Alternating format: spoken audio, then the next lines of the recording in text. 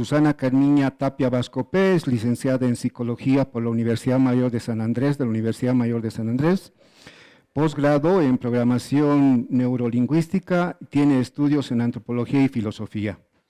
También estará junto a ella Pablo Daniel Loza, es licenciado en Ciencias Políticas y Gestión Pública, también de la Universidad Mayor de San Andrés, músico, compositor y director, también gestor cultural, miembro de la Asociación Latinoamericana de Historia, director de la revista La Paz con los Ojos del Alma, y escribió varios artículos y ponencias en Argentina, Perú, México y por supuesto aquí en La Paz, Bolivia, en el MUSEF. Entonces tienen 20 minutos y pues bienvenidos a esta otra jornada de la Reunión Anual de Enología. Pueden dar inicio. Buenas tardes a todos. ¿Se me escucha, no? Sí, está bien. El tema que vamos a exponer el día de hoy es Agua, Mujer y Vida, lucha y activismo femenino por el agua. Vamos a tratar de abordar la temática desde un punto de vista de la lucha de las mujeres por el agua.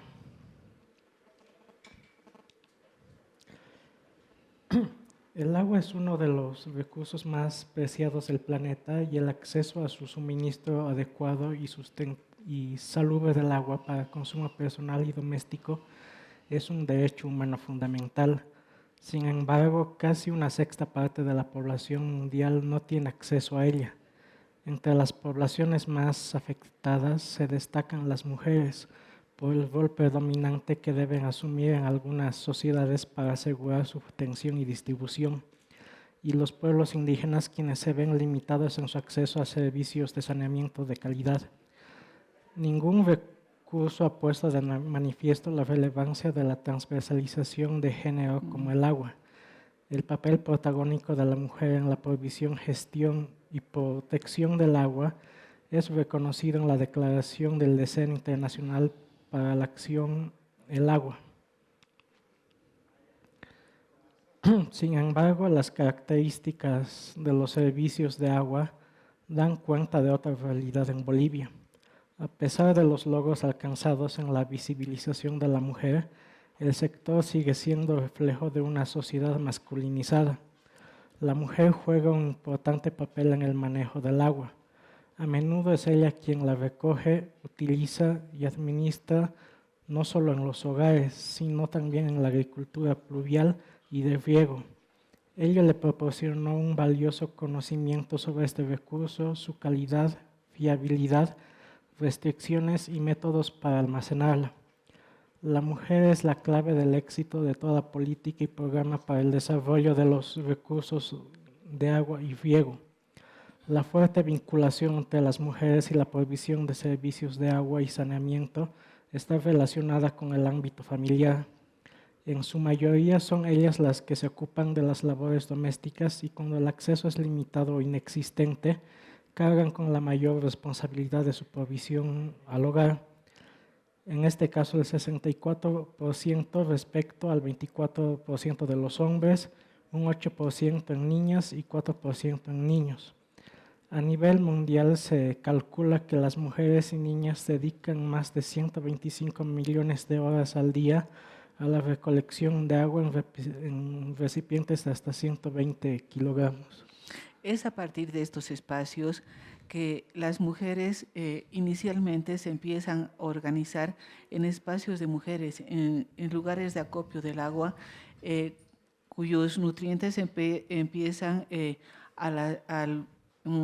las laderas de los ríos a lavar ropa o traer, incluso acá en el RAE hace algún tiempo se hizo ya investigaciones sobre las mujeres que recolectaban, recolectoras de agua en ríos hace años atrás, y es un punto clave y de inflexión, ya que dado el sistema patriarcal en el que estamos, las mujeres callan siendo una fuerza de trabajo considerable.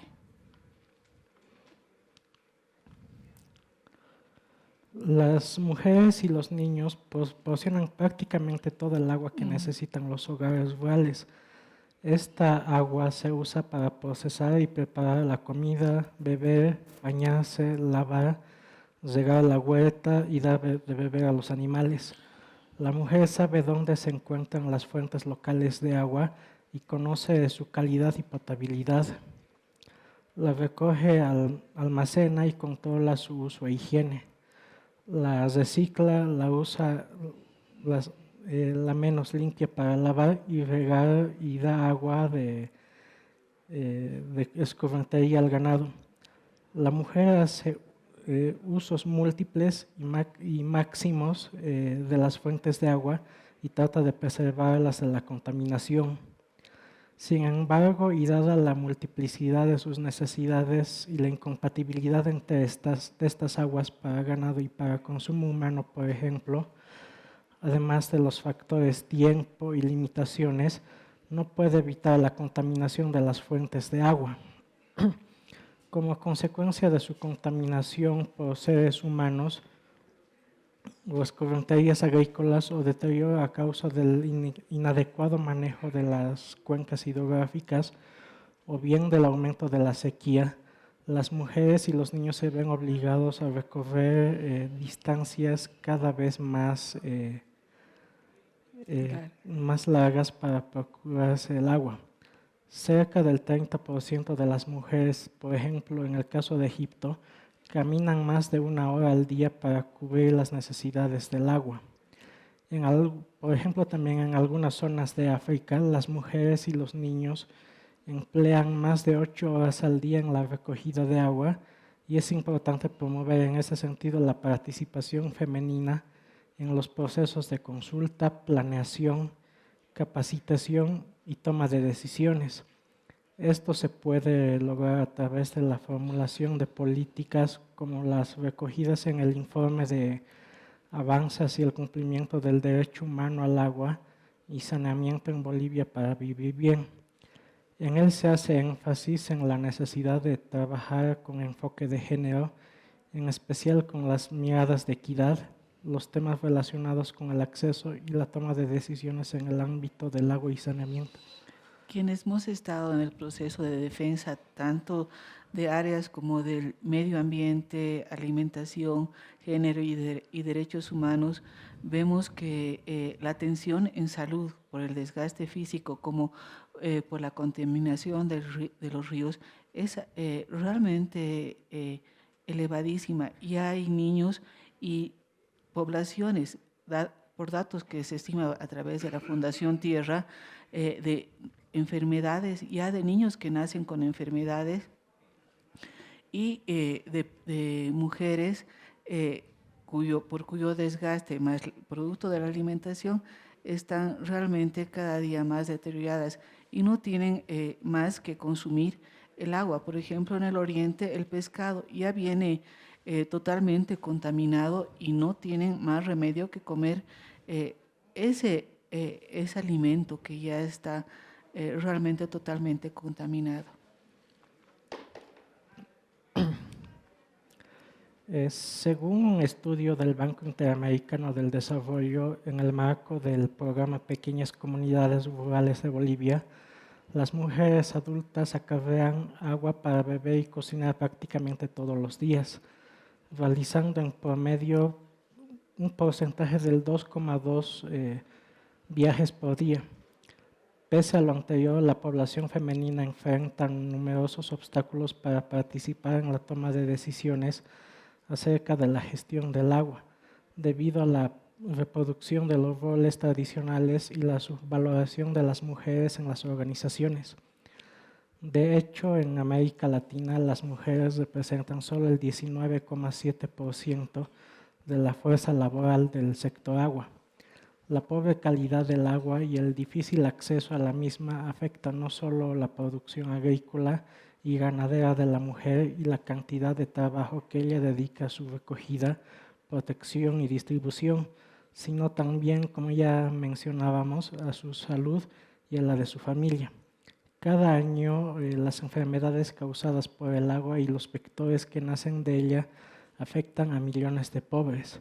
La mujer debe cuidar a los enfermos por ejemplo, de malaria, diarrea, entre otros aspectos, y reemplazarlos en su trabajo durante su enfermedad.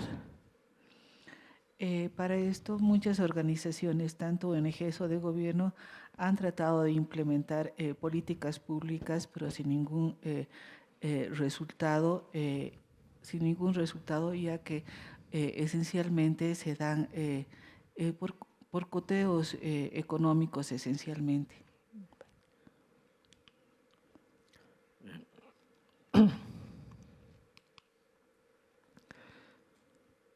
Por otra parte, debemos abordar las disparidades existentes en la cobertura de servicios de agua y saneamiento entre pueblos indígenas y no indígenas, debido a factores como la dispersión de la población rural, redes viales deficientes, insuficiente acceso a servicios sociales de calidad y la falta de pertinencia cultural en su entrega.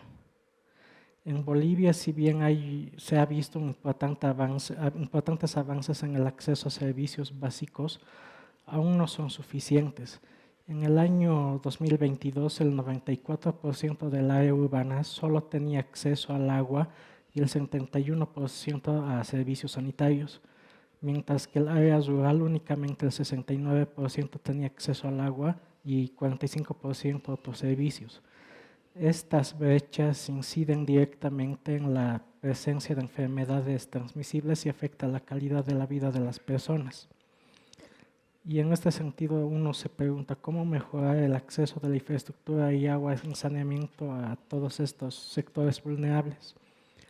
En el marco sectorial de género y diversidad de la BID señala que se requiere un proceso de participación y consulta y diálogo intercultural que garantice que dichas infraestructuras esté conforme con las necesidades y expectativas de estos pueblos, así como de la población femenina, promoviendo que en los proyectos se incorporen conocimientos, actitudes y prácticas tradicionales relacionadas con los elementos y servicios que se pretenden introducir. Las soluciones tradicionales de los proyectos de desarrollo apuntan al empoderamiento de las mujeres a través del reconocimiento y fortalecimiento de sus capacidades, el desafío de los estereotipos y la violencia basada en el género, el desarrollo de emprendimientos que mejoren sus medios de vida, así como la creación de espacios y cuotas designadas para impulsar la participación de las mujeres en espacios de toma de decisiones. También es importante realizar, recabar y solicitar más estadísticas más desagregadas y estudios que demuestren las necesidades particulares y contribuciones de las mujeres, como también la de lenguajes inclusivos, planificaciones que tomen en cuenta análisis de género, campañas de sensibilización y leyes de protección. Todas estas acciones son necesarias, sin embargo, a nivel individual trabajar en el reconocimiento formal de la tenencia y herencia de la tierra sobre las autorizaciones del uso del agua, que tiene el potencial de incrementar la capacidad de las mujeres para la toma de decisiones sobre estos recursos. Esto aumenta sus oportunidades de generar ingresos y autonomía financiera, lo que las lleva a estar más empoderadas para la toma de decisiones que afectan directamente a sus medios de vida, hogares y comunidades. Así también posibilita la posibilidad de invertir en educación y salud para sus hijos y proyectos de cohesión social y conservación de la naturaleza, lo que tiene un mayor impacto y también positivo en el desarrollo de la comunidad en general. Los proyectos de cooperación para el desarrollo pueden desempeñar un papel fundamental a la hora de impulsar estas reformas legales. Son estos espacios los que nos permiten poder unificar las voces de las mujeres, porque generalmente en el Estado son voces divididas, igual que el realzar la lucha por el agua, que es esencial en la vida de la mujer. La cumbre del agua y otras circunstancias no permiten una labor homogénea en favor de las mujeres. Es más, son simplemente sectores aislados que se posan en defensa de estos mismos derechos. Para terminar, Es necesario promover la participación activa de las mujeres y comunidades en temas relacionados al agua, saneamiento y saneamiento, que es esencial para diseñar y aplicar proyectos que respondan a las necesidades de la población y no aumenten las vulnerabilidades de estas poblaciones. Es necesario generar procesos de participación, consulta y diálogo en los que la mujer, en particular también la mujer indígena y rural, para que tengan un papel importante en la planeación y toma de decisiones. Gracias. Gracias.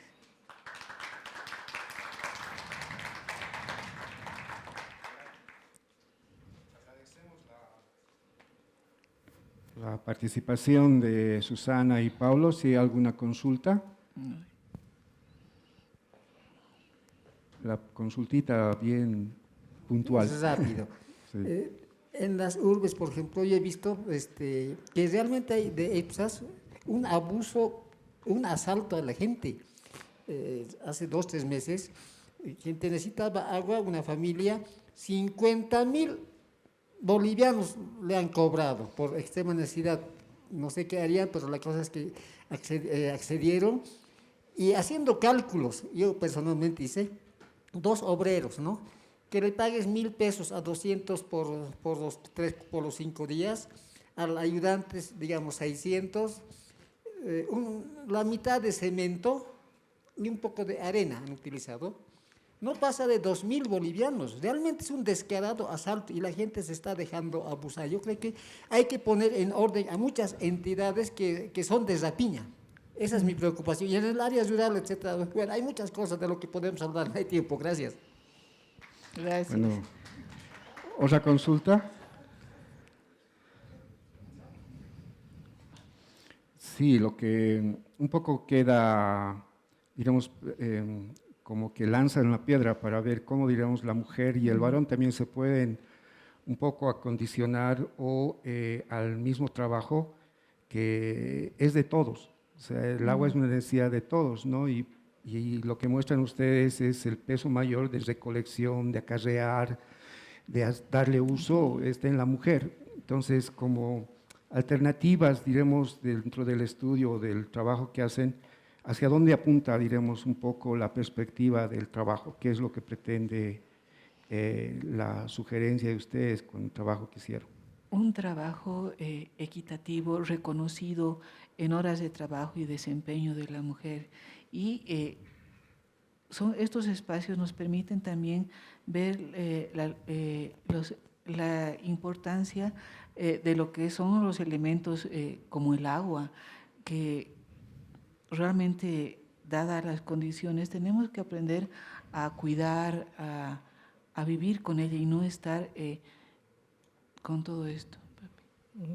Sí, también la intención del trabajo no solo es poner de manifiesto lo que ha sido el activismo femenino desde algún aspecto con relación al agua, sino también, por ejemplo, mostrar a través de estas temáticas el rol de la mujer dentro de la sociedad, porque no solo recolecta el agua o cumple los roles domésticos en casa, porque, por ejemplo, en el caso masculino nosotros trabajamos, volvemos a casa y punto, pero las mujeres no solo tienen, en muchos casos, que se da, por ejemplo, en los centros urbanos, que la mujer trabaja, vuelve, pero también tiene que cumplir otro tipo de roles como el cuidado, la provisión y otros aspectos que muchas veces no son tomados en cuenta dentro del contexto de la sociedad.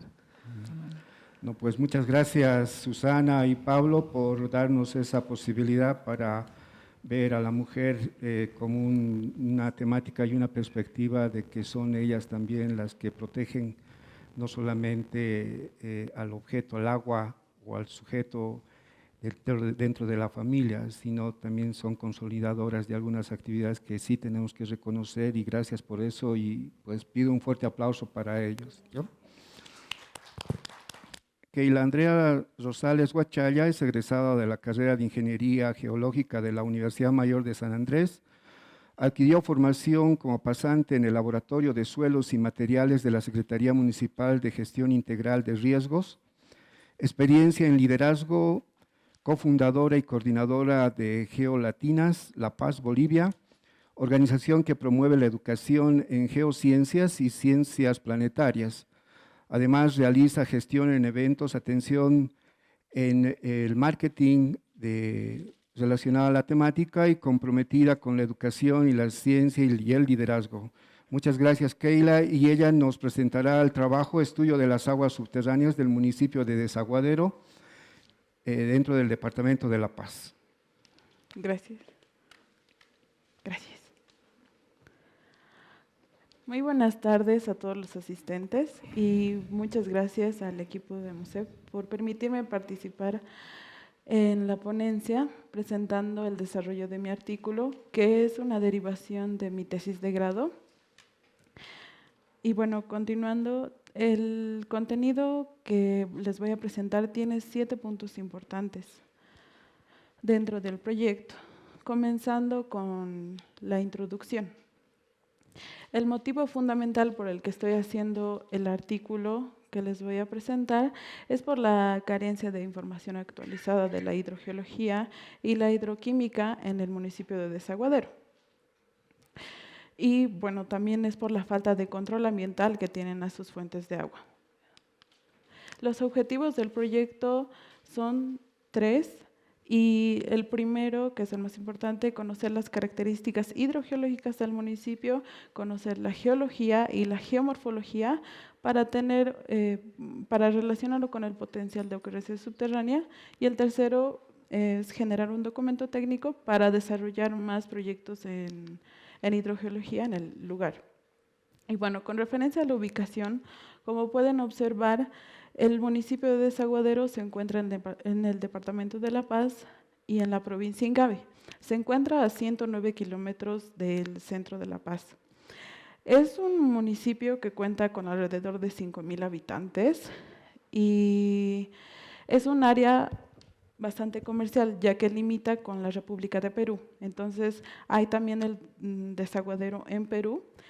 Y bueno, por ese mismo movimiento comercial existe alta contaminación en la zona que se llama el puente, ¿no? El conocido puente, donde transitan una cantidad mayor de personas que llegan a contaminar tanto el lago Titicaca, la laguna que está presente en el municipio y los ríos principales del mismo.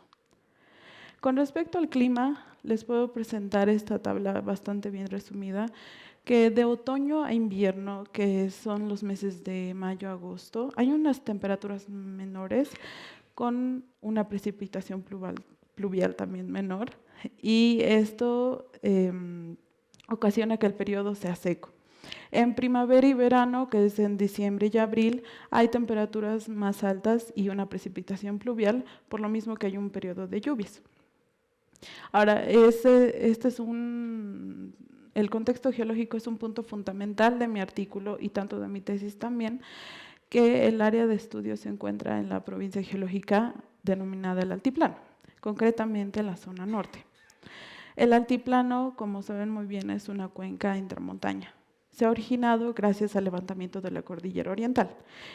¿Y cómo ha sido este origen? Es porque, como saben muy bien, nosotros nos encontramos en la placa sudamericana. Existe una subducción entre la placa sudamericana y la placa Nazca, y que esto ha originado en el periodo del Cenozoico el levantamiento de la cordillera oriental, y por lo mismo existen alta deformación y la formación también del altiplano, ¿no? El área como tal, como pueden ver en el mapa geológico, no tiene un control estructural tan fuerte, pero sí se puede llegar a observar la formación del molino, que eso está compuesta por calizas. Esto es gracias a la falla inversa que existe en el lugar. Y bueno, la formación más predominante es la de Tiwanaku, que está compuesta por areniscas y arcillitas rojizas. Es del Paleógeno. También podemos observar Santa Lucía en un color más oscuro que también es del Paleógeno, pero solo está compuesto de arcillitas rojizas. Y los puntos más importantes, que son los depósitos cuaternarios que puedan ver en amarillo y en un tono más blanquecino. El amarillo es fluvio lacustre, que tiene un control más fluvial y, bueno, de ríos y de lagos, a eso se refiere, y el colubrio fluvial, que tiene un control más de la gravedad y de los ríos. ¿Por qué es tan importante estos dos depósitos? Es porque al ser no consolidados también hay una formación de abanicos. Los abanicos nos van a ayudar dentro del estudio para la determinación de la ocurrencia de agua subterránea. Pasando con el tema de la hidrogeología, el municipio de Desaguadero cuenta con fuentes de agua importantes. Las tres que son agua superficial, que sería el lago Titicaca, el río Desaguadero y la laguna Guayamaya. Y bueno, con respecto a las aguas subterráneas, como les mencionaba, no hay datos actualizados del municipio como tal. Lo que sí se tiene son estudios tanto del TDPS y de la cuenca del lago Titicaca, porque es la más estudiada. Y les voy a dar un parámetro general de lo que nosotros, bueno, el equipo que también me está ayudando y mi persona debería hallar a la finalización del artículo. Entonces, existen pozos profundos de exploración y producción que son normalmente utilizados de forma doméstica y también industrial. Y bueno, con parámetros generales el nivel piezométrico varía entre 3 a 10 metros y la conductividad eléctrica es ciertamente mayor al límite permitido, que es 870 a 2350 microsiemens por centímetro. Tiene un caudal bajo y variable según las lluvias. Esto es lo que tenemos de conocimiento muy general del área. Y bueno, ahora les presento lo que es Acero Marca. Es un área muy cercana a la comunidad de Desaguadero, que es la que tiene mayores habitantes dentro del municipio de Desaguadero. Aquí les pueden observar cerca del auto blanco que existe un pozo que va conectado a las tuberías que suministran agua para el uso doméstico para los habitantes. Ahora, este caso es muy importante, que lo voy a tocar después también. Tomen en cuenta el humo que se encuentra más hacia el noroeste de la fotografía. Y bueno, aquí podemos observar la contraparte de la anterior fotografía, que también captan agua de los ojos de agua, como ellos lo mencionan, que serían manantiales, ¿no? Y bueno, aquí paso con la contaminación ambiental. Hay una hipótesis de la contaminación en el lugar. Me baso más que todo en la contaminación por metales pesados y la contaminación microbiológica. Esto se va a determinar gracias a las muestras de agua, tanto superficial como subterránea, que vamos a tomar. Y esto nos va a indicar, según la norma NB 512, cuáles son los límites, bueno, cuál es la cantidad que tiene de estos elementos, ¿no? El agua. Y bueno, yo les menciono de la contaminación por metales pesados porque existe minería en el municipio y esto no está autorizado o permitido por los dirigentes y las autoridades del lugar, pero sí por la JAM. Entonces, ellos creen mucho en la protección del agua, tanto por la creencia, que es entendible, y porque antes existían 2 ojos de agua en el lugar donde están haciendo la minería y ahora solo está uno. Y la contaminación microbiológica, porque existen enfermedades infecciosas y de diarrea, más que todo en niños. Esto puede pasar porque consumen, aunque sea el agua hervida, sigue siendo contaminada. Tocando el tema más importante dentro del artículo y dentro de la mesa, que sería la contaminación ambiental. Acá me encuentro con el Hiliri Malku, señor Guido, que es el que me ha ayudado bastante al recorrido de estos lugares. Podemos ver el botadero de Acero Marca, donde les mostraba el rastro de humo en la primera fotografía. Es donde podemos observar en esta mancha blanca, en la parte de la derecha, eso es la geomembrana.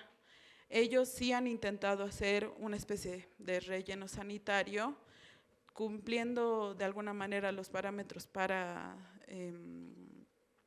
depositar la basura que genera el municipio como tal, pero lamentablemente ha sido tanta la cantidad y no ha habido un control bueno, porque también existía un espacio de reciclaje incluso, pero está todo abandonado porque no hay un control como tal de ningún dirigente, de ningún lugar, ni de la gobernación. Entonces, el suelo, bueno, en realidad el suelo ha sido contaminado por esta basura y por los desechos, entonces el suelo también ha cedido. Y gracias a eso, y como siguen botando basura, han preferido quemarlo. Entonces la geomembrana, bueno, hay restos de la geomembrana quemada. Y bueno, es bastante preocupante esto porque si vemos bien, los pozos están muy cerca, lo que indica que podría estar este botadero encima de posibles acuíferos, lo que también implicaría a la contaminación de estos acuíferos, la contaminación del suelo y demás, ¿no? Bueno, y también observando uno de los ríos más extensos dentro del municipio, se puede ver la contaminación por basura, por los mismos habitantes o también incluso por turistas. Esto es preocupante porque ya es un tema de concientización, ¿no? para el municipio. También podemos observar que el suelo tiene agrietamiento, también existen partes blancas y eso explicaría la salinización. Esto es algo sí normal que se ha presentado en bastantes artículos sobre la salinización de las aguas cerca al lago Titicaca. Aquí hay un caso muy importante, es algo muy reciente que es en el sector Culata. Aquí ocurren bastantes accidentes porque es una curva bastante pronunciada dentro del municipio. Y bueno, aquí han ocurrido 3 derrames de aceite y bueno, 2 documentados, el primero no, pero los 2 últimos sí. El segundo ha sido el más catastrófico porque se han perdido más de 500 especies en aves y se han perdido también en plantas y bueno, se ha contaminado también el suelo y el lago Titicaca. Entonces, bueno, esto se ha auxiliado después de una semana básicamente y esto es preocupante porque se pierde el ave que habita más en este lugar, es la choca.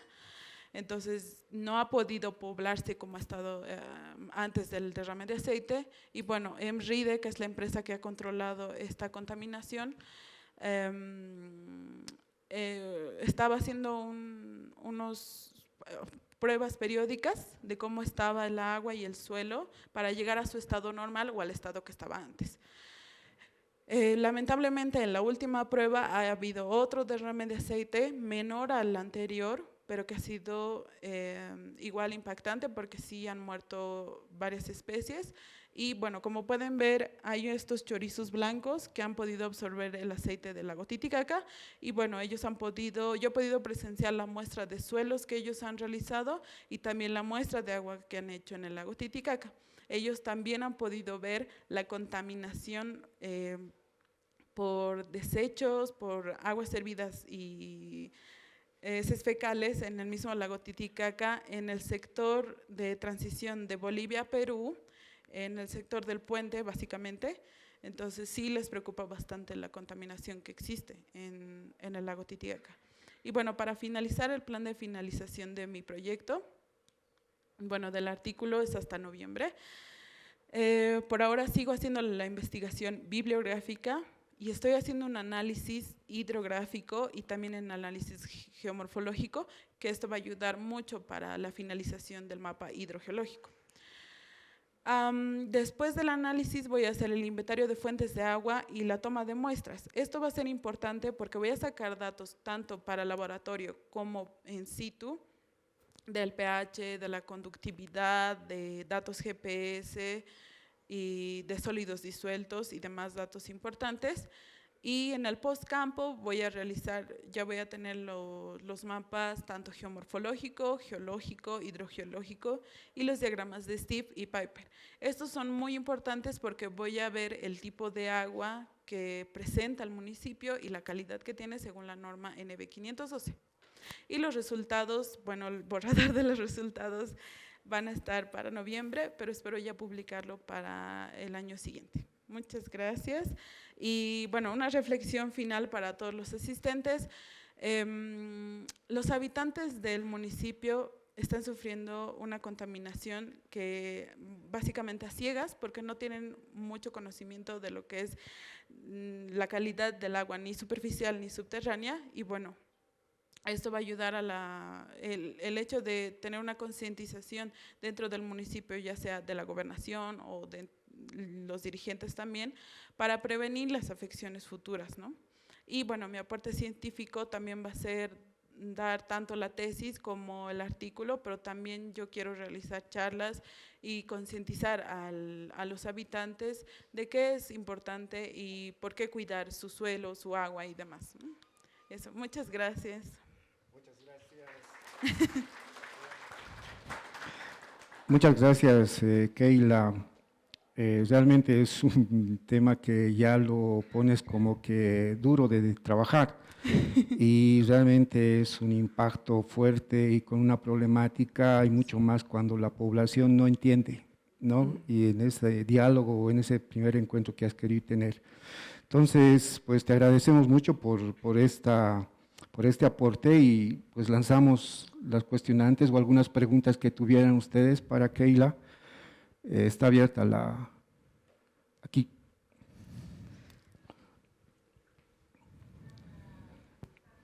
Gracias. Primeramente, tengo dos dudas sobre los derrames de aceite que mencionó. Quisiera saber si, primero, ¿por qué no se tienen registros? ¿Ha sido menor o qué ha pasado? Y segundo, ¿existe alguna tesis o alguna investigación previa de la lava subterránea del que se pueda también tomar algunos datos, o todos estos datos van a ser inéditos o nuevos? Esas son mis dos dudas. La primera, con respecto al derrame de aceite, la primera que yo también me enteré en la charla que dieron junto con Enride, hay un tema de interés dentro del municipio. Entonces no ha habido ningún tipo de llamado ni de nada. No sé cómo han arreglado ese tema en el primer derrame, tampoco hay datos de qué se ha perdido, qué se ha contaminado, nada. Pero en el segundo sí, porque ya ha sido un impacto mucho mayor. Creo que todo, que tiene aproximadamente 35,000 litros de aceite se han derramado, entonces yo creo que por eso mismo se han preocupado y sí ya han alertado a autoridades de la gobernación y del Departamento de La Paz, ¿no?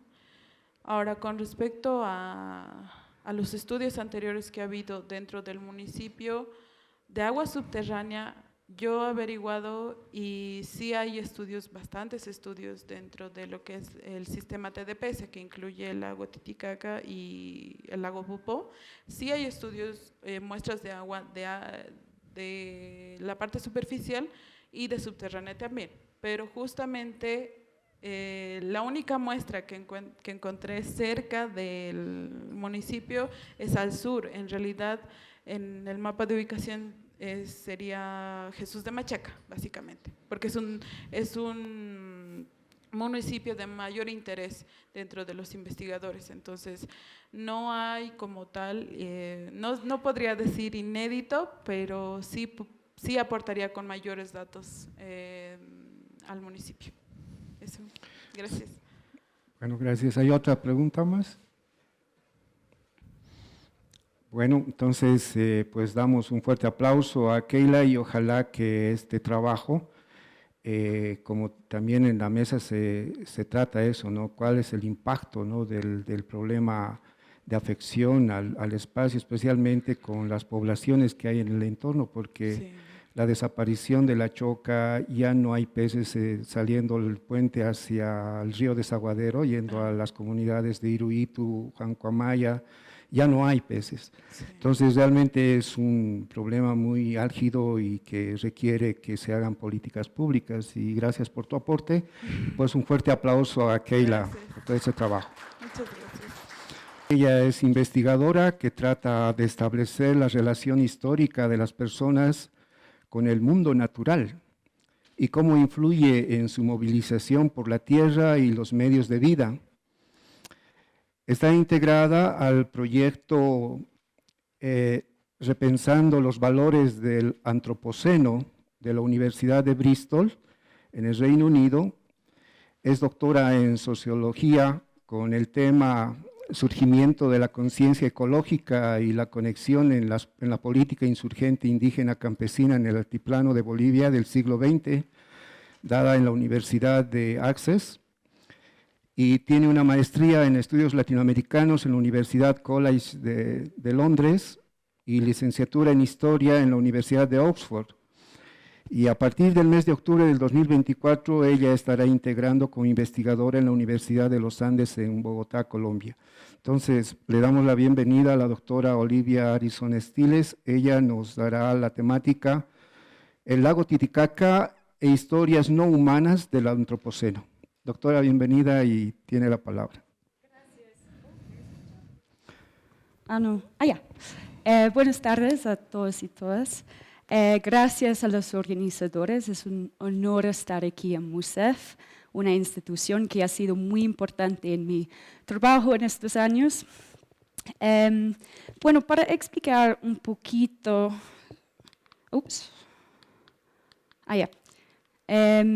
sobre mi trayectoria como investigadora, hice mi doctorado en 2022, centrado en el pensamiento ambiental y la política indígena en el altiplano de Bolivia en el siglo XX.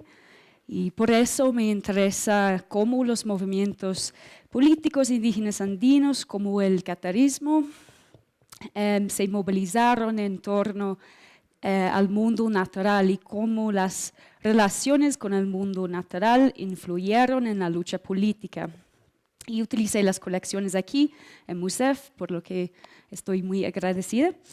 Pero lo que voy a presentar hoy es un poquito diferente.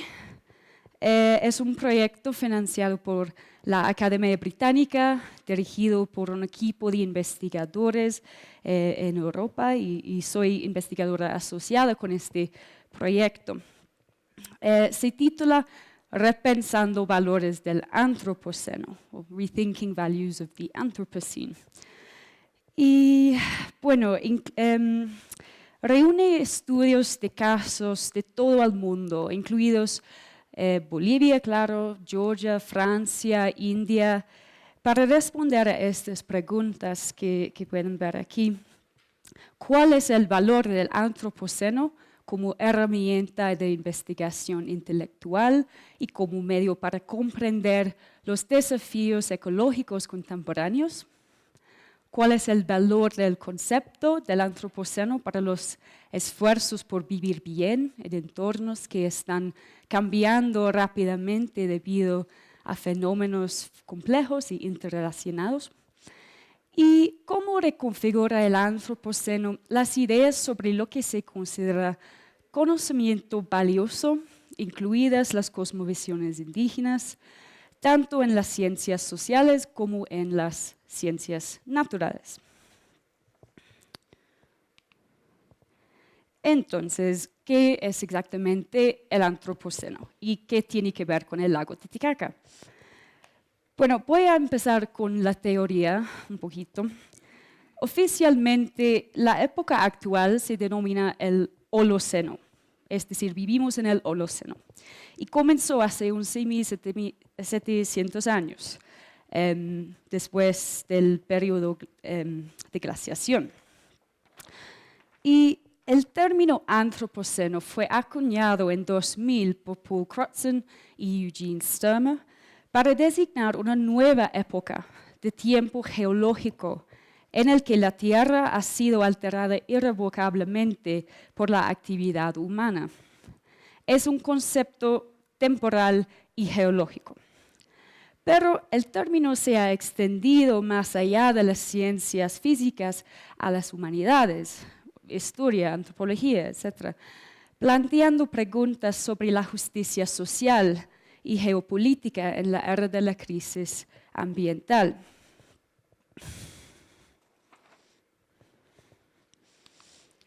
Pero hay antropocenos múltiples. El término antropoceno ha provocado debates en las ciencias sociales y humanidades.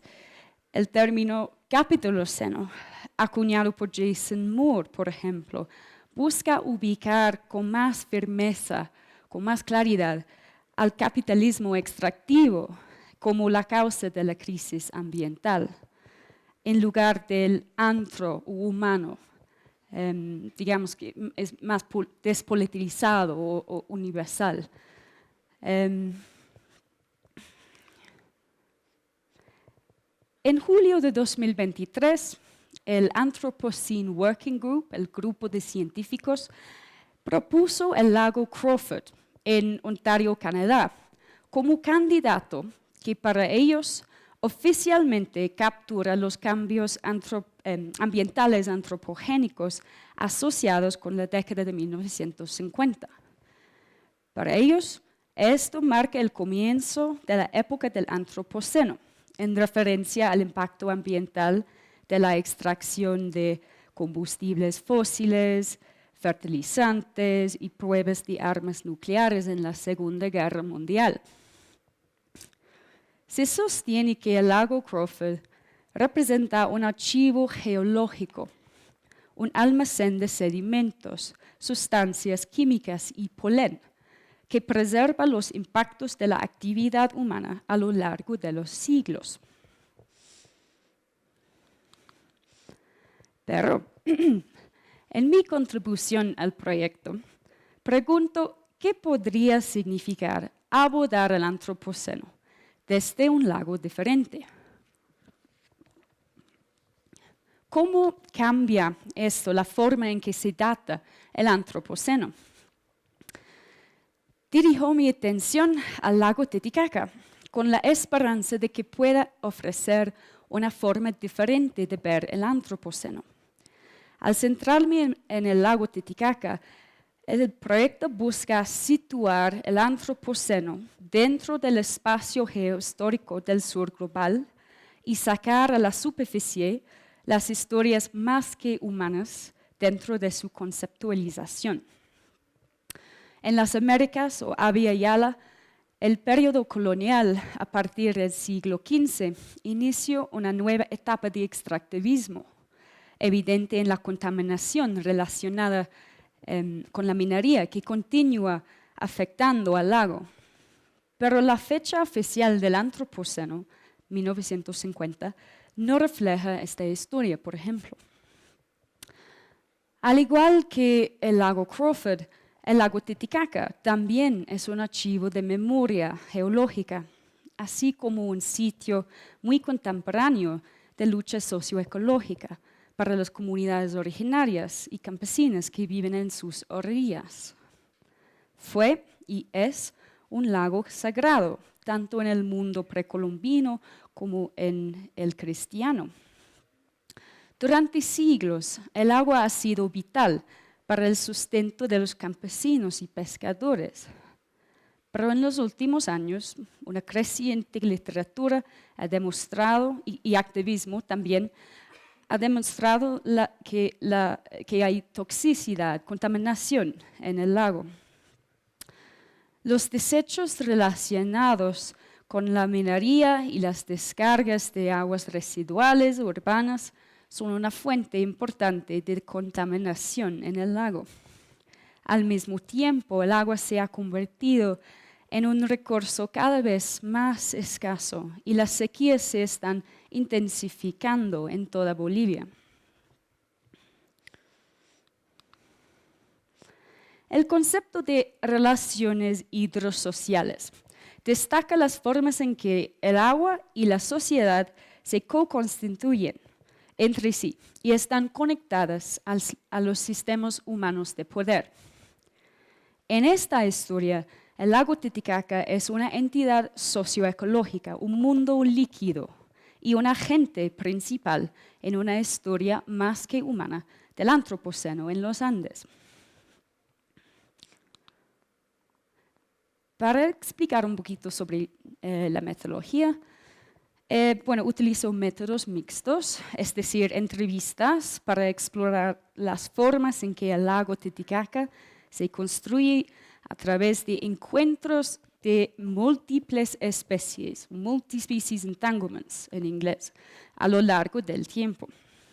En marzo y abril de este año hice una serie de entrevistas semiestructuradas con grupos activistas, científicos que trabajan en contaminación y peces nativos, funcionarios y comunarios que conocí en reuniones. Esta es la primera etapa del proyecto y espero realizar más entrevistas y también si alguien tiene recomendaciones, por favor, avísame. Bueno, más allá de las historias humanas. A través del lago se hacen visibles los vínculos intrincados entre los mundos humanos y no humanos. El lago Titicaca es importante, como me dice un activista contra la contaminación de Copacabana, porque un ser humano vive en el agua. Nuestro cuerpo es agua. Cuando somos niños, el feto está dentro del agua. Por eso nos preocupamos como mujeres, por eso tenemos que cuidar nuestro lago Titicaca. La cuestión del valor es central para el antropoceno, más obviamente en qué paisajes y vidas se pueden sacrificar a la agenda extractiva.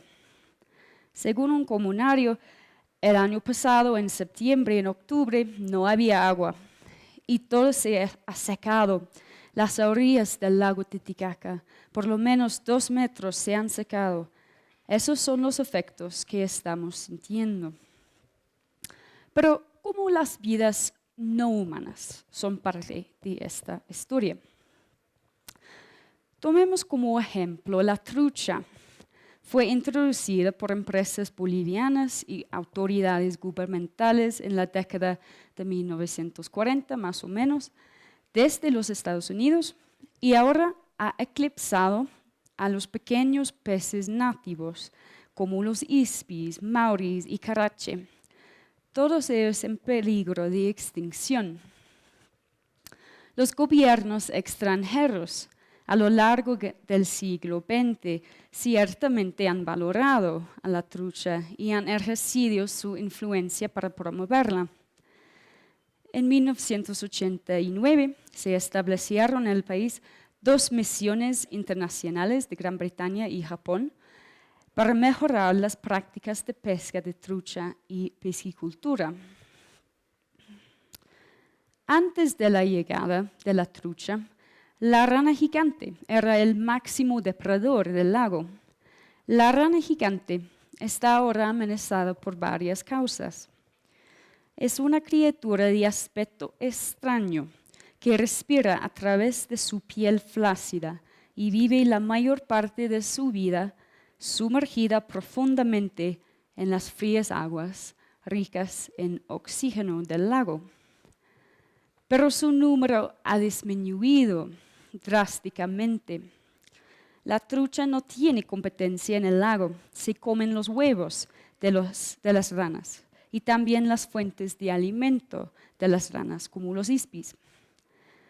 Las truchas también han traído enfermedades al lago que dañan a los demás habitantes. Mientras tanto, las ranas no son muy valoradas materialmente o espiritualmente, excepto quizás en la isla de la Luna. Allí se las describe como ispi awatiri, o pastor de los ispis. Un científico me dice que esto es en parte porque los pescadores las encuentran juntas, ya que las ranas se comen a los ispis. Son vidas profundamente interconectadas. Ambos están ahora en peligro en la era del antropoceno. Tomar en serio lo que no es humano en la historia del lago Titicaca abre nuevas formas de ver cómo se desarrolla el antropoceno de maneras particulares a través de una convergencia de actividad acuática que es tanto local como planetaria. Bueno, ofrezco algunas breves conclusiones. El lago Titicaca amplia el alcance del antropoceno más allá de lo geológico, para abarcar un intrincado equilibrio de procesos acuáticos que involucran acción humana y no humana. El lago en sí está inmerso en una constelación de redes líquidas que conectan sus aguas con otros lugares, pueblos y ecosistemas, así como con flujos turbios de capital. Y ver desde el lago ofrece una visión diferente de la crisis ambiental planetaria y otra forma de ver el antropoceno. Ok, gracias.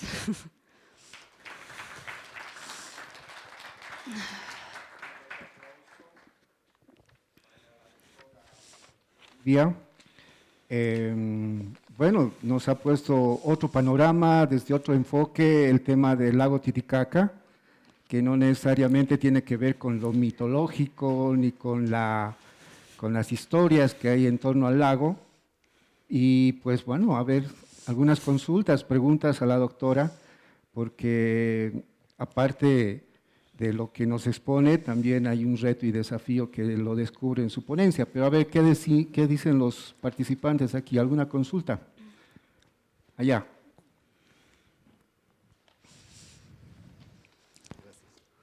Buenas tardes.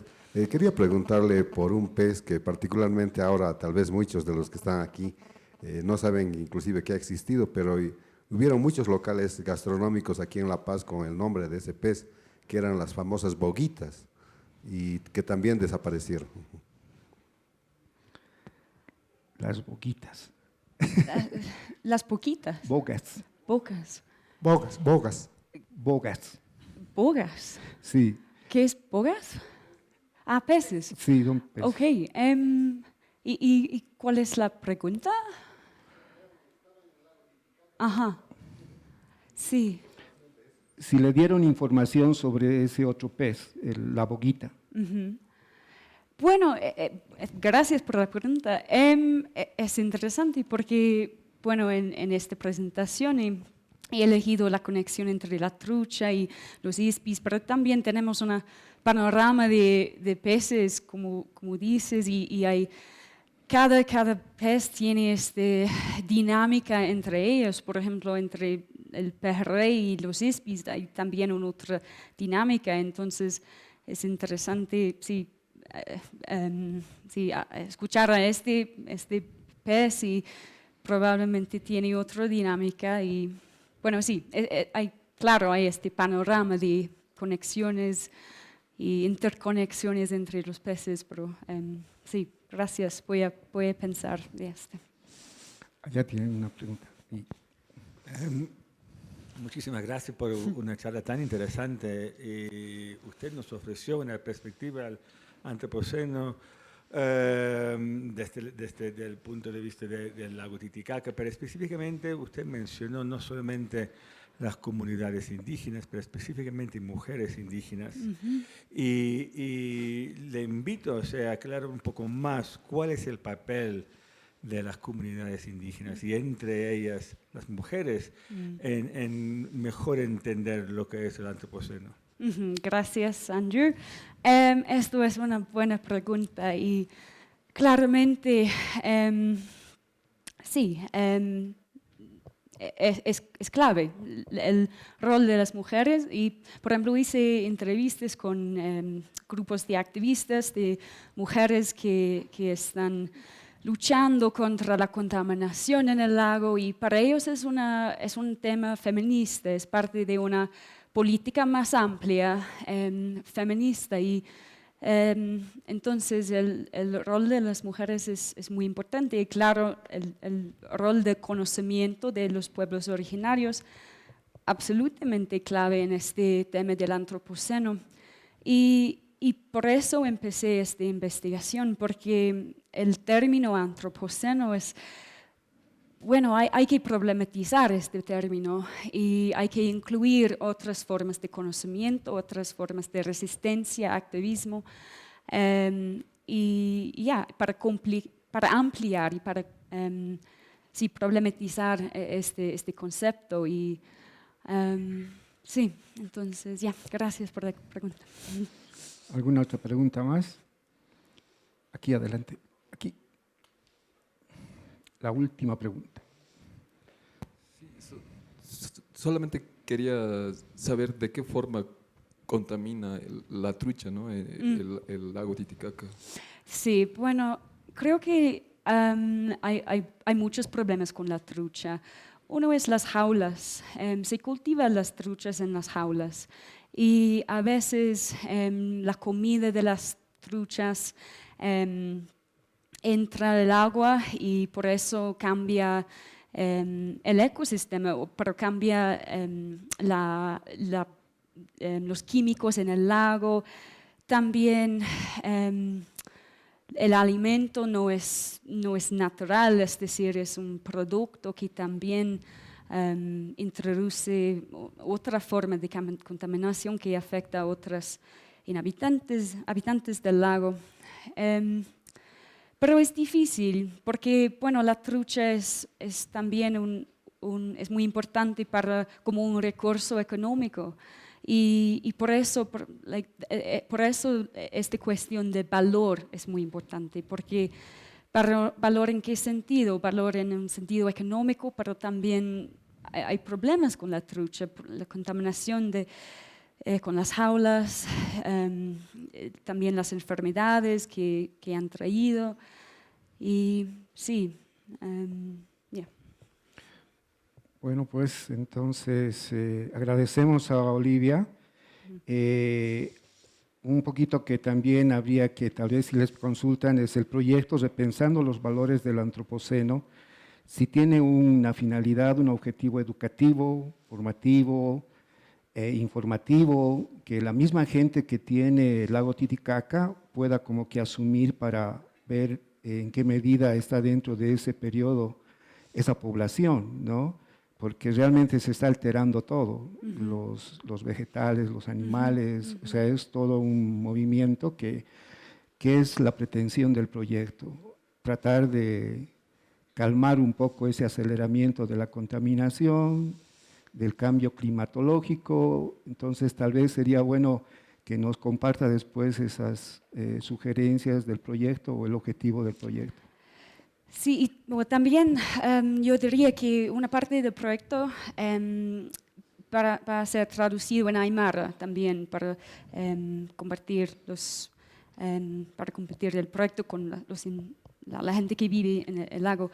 Pero sí, el proyecto es, bueno, por ejemplo, se pone Bolivia en diálogo con otros lugares, otros sitios que también han sido afectados por contaminación, por problemas que son similares pero diferentes. Entonces, esto es el objetivo del proyecto, es tomar una visión global del antropoceno. Y bueno, será una publicación, será un libro de estos casos. Y bueno, la idea es que también que va a producir cambio quizás, o va a ser útil para la gente que están viviendo con estos cambios climáticos. Sí, pero... Bueno, muchas gracias, doctora Olivia. Entonces, un fuerte aplauso. Gracias.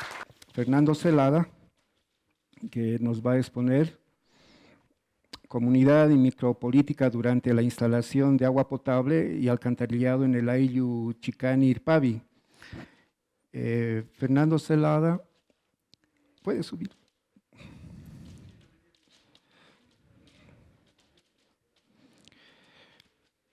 Fernando Celada es licenciado en Economía, egresado de la carrera de Antropología con diplomado en Educación en Museos de la Universidad Mayor de San Andrés y del Goethe-Institut de Alemania. Trabajó más de 30 años en instituciones estatales en el ámbito cultural y artístico, en el Instituto Boliviano de Cultura, en la Secretaría de Cultura, el Viceministerio de Cultura y el Museo Nacional de Etnografía y Folclore. Tuvo una producción artística de más de 200 documentales audiovisuales y multimedia, y publicó varios trabajos de investigación para revistas, periódicos, anales y lógico para los anales del Museo Nacional de Etnografía y Folclore. Entonces, Fernando, tienes 20 minutos para presentar, como les decía el título, Comunidad y Micropolítica durante las instalaciones de agua potable y alcantarillado en el Ayllu Chicani Irpavi. Yo les lanzo una pregunta. Si el agua que consumimos presenta metales pesados, altamente tóxicos y cancerígenos en La Paz, El Alto y Viacha, ¿estamos dispuestos a entregar nuestras vidas y agachar nuestras cabezas ante esa entidad omnisciente y omnipresente llamada Estado, que autoriza y permite el funcionamiento de cooperativas mineras, industria y la contaminación? Buenas tardes, gracias Vladi. Pensé que no iban a aceptar mi ponencia. Y indudablemente es una ponencia irreverente y provocativa, que va en contra de todo lo que se ha estado hablando esta tarde.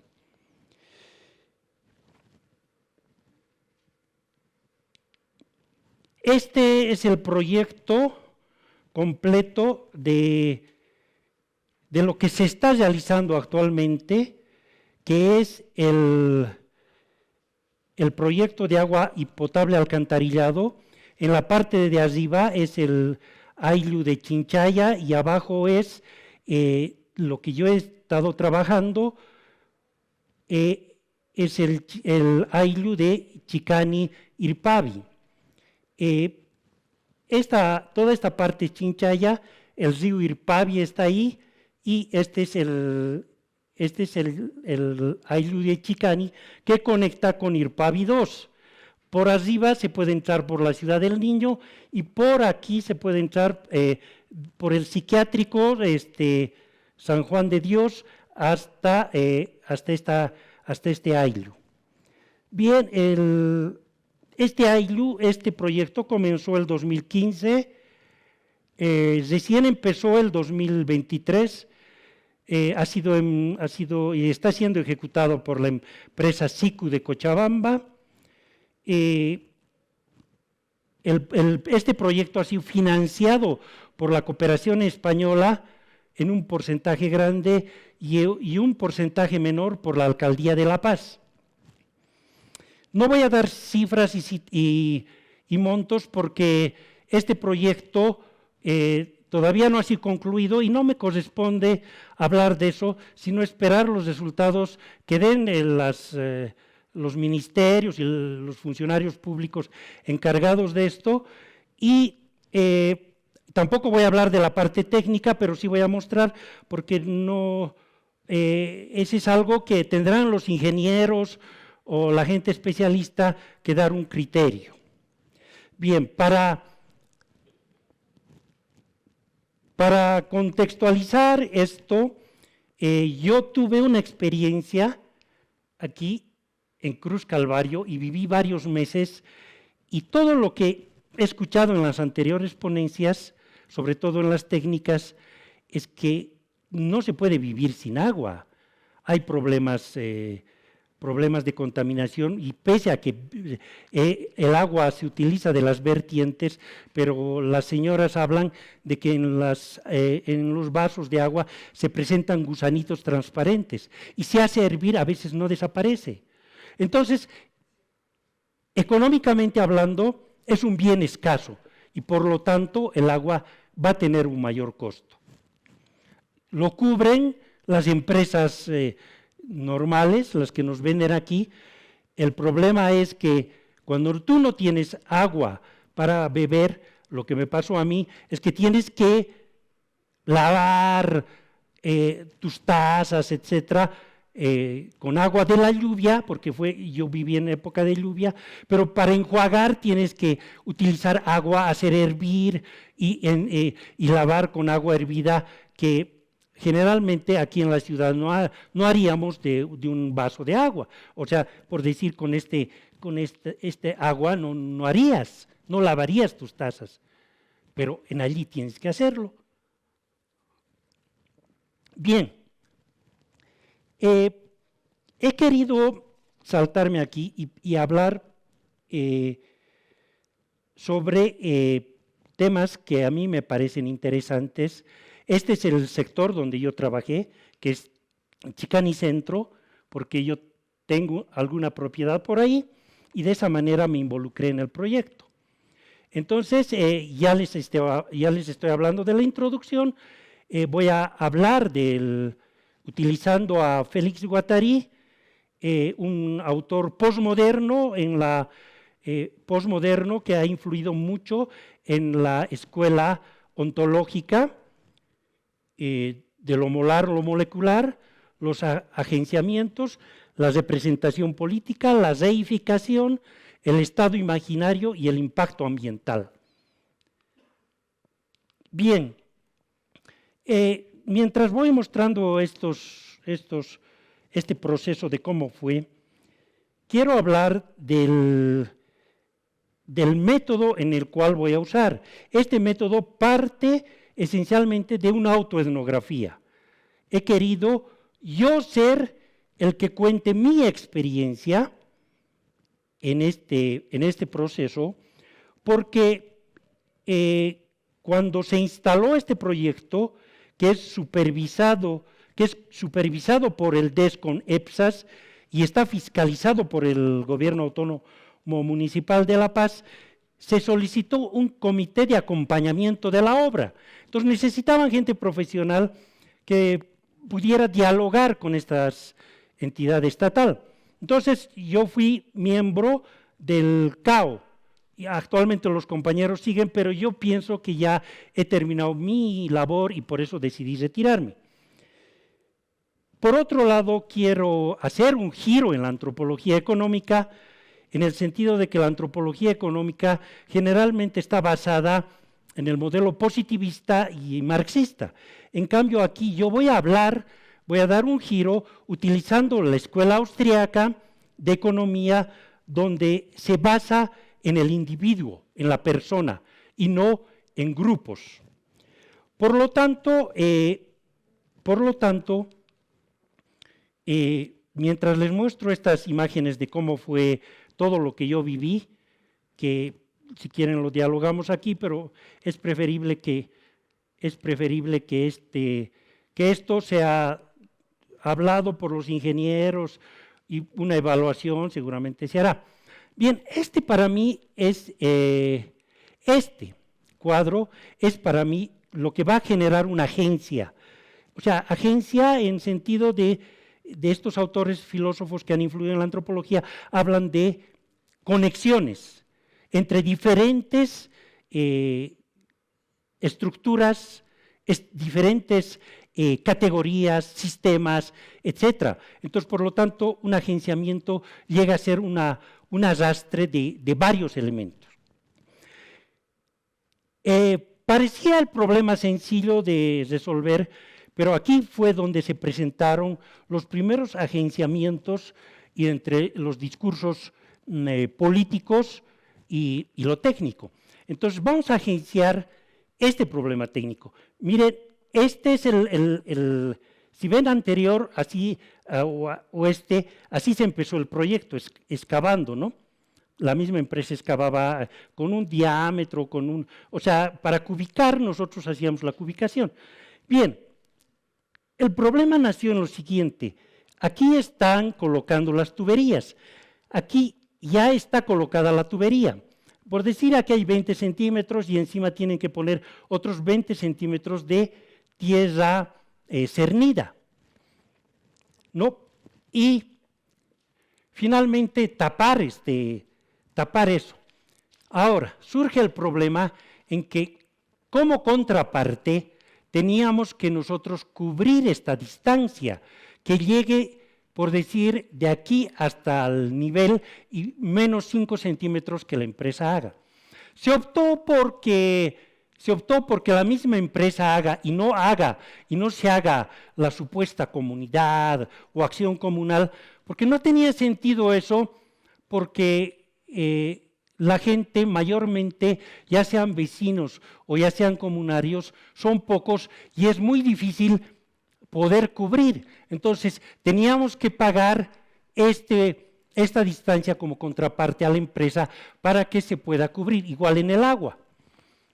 Bueno, entonces encontré, ese fue el problema que vi y hasta el final, fue un encuentro político entre gente que pertenece a un otro municipio que es Palca y a gente que está con el municipio de La Paz, con la subalcaldía de Jampaturi.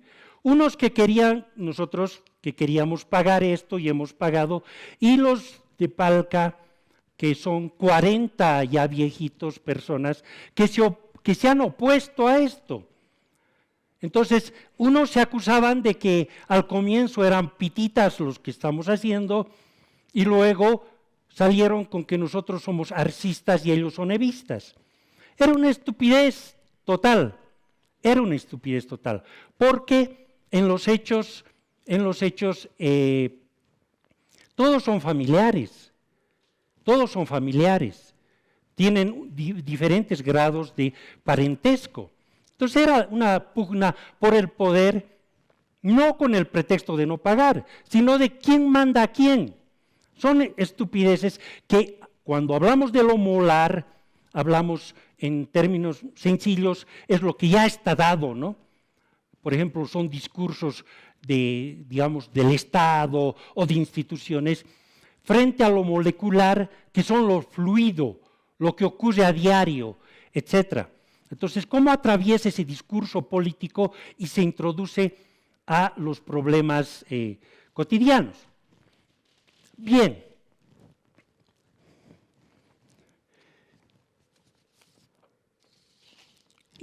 Pero a mí lo que quiero empezar en este trabajo, y es utilizar la micropolítica, es ¿quiénes son los habitantes? ¿Quiénes son estos habitantes? A mí me parece importante categorizar y ver lo que yo vi, obviamente, es subjetivo, por eso la autoetnografía es subjetiva. Entonces, pienso que primero hay que tener un respeto irrestricto al proyecto de vida de cada ciudadano. Entonces, los habitantes se dedican a muchas actividades. Por ejemplo, una de las más grandes y más lucrativas es que desde el río Irpavi, bajando desde Jampaturi, por el arrastre de material, se obtiene todo tipo de piedras y arena. Por lo tanto, muchos comunarios y vecinos tienen tractores y tienen volquetas. Entonces, toda la construcción que se lleva a la zona sur o a otros lugares de la ciudad proveen esa materia prima. Por ejemplo, en la última riada que hubo, arrastró material y veíamos en el río Irpavi que se llenaron de tractores y volquetas. ¿Cuál era la situación? Es que lo que pasa es que aquí vamos a romper con la teoría marxista del valor-trabajo o de la mercancía, en el sentido de que la naturaleza te está proveyendo el recurso. Tú no estás invirtiendo nada, porque empiezas a excavar, en las riadas se vio por arriba y vas a tener arena fina. Luego vas a seguir escarbando y vas a tener arena de diferentes grosores, hasta llegar a piedras y finalmente a piedras grandes.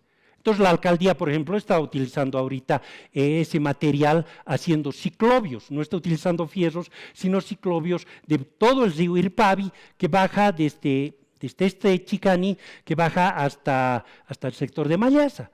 Entonces ya la misma alcaldía ha recibido un regalo de la naturaleza, entre comillas.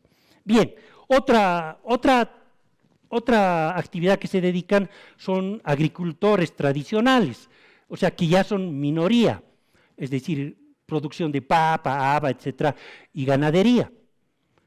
Pero lo que sí llama la atención es que ellos también han incursionado, mediante ONGs obviamente, a la producción en carpas solares. las carpas solares te permiten la producción sin descanso, por decirte, de lechuga o de otras verduras, donde sin parar la haces funcionar. Entonces, por lo tanto, ya estamos hablando de una producción capitalista, y estos mismos también se dedican al transporte. Tienen el monopolio del transporte, muchos de los que tienen carpas solares se dedican al transporte y por lo tanto tienen el monopolio, y hoy día, estos días, y la cantaleta de siempre es que ellos buscan subir el precio que te lleve de Zamapa pasando Chinchay hasta Chicani, por lo tanto ellos siempre tienden a subir el precio. Entonces, ¿qué más hacen? ¿Cómo han logrado obtener su capital, por ejemplo, en los tractores y la volqueta? Voy a seguir aquí el modelo de Guido Alejo, un intelectual aymara que estudia los cholets en el Alto, y él tiene la teoría la siguiente, que antes de hacer tu compra, es decir, tu inversión, lo primero que tienes que hacer es ahorrar. Si tienes ahorro, vas a poder invertir. Por otro lado, cuando estudié antropología, en una materia, la materia de género, cuando hice un trabajo de campo en diferentes lugares del Alto y todo, no estoy diciendo que voy a generalizar, pero descubrí que había, que la mujer era la encargada del manejo del dinero, del ahorro. Bien, entonces esto nos llega a la siguiente pregunta. ¿Estos habitantes son comunarios? ¿Responden al modelo,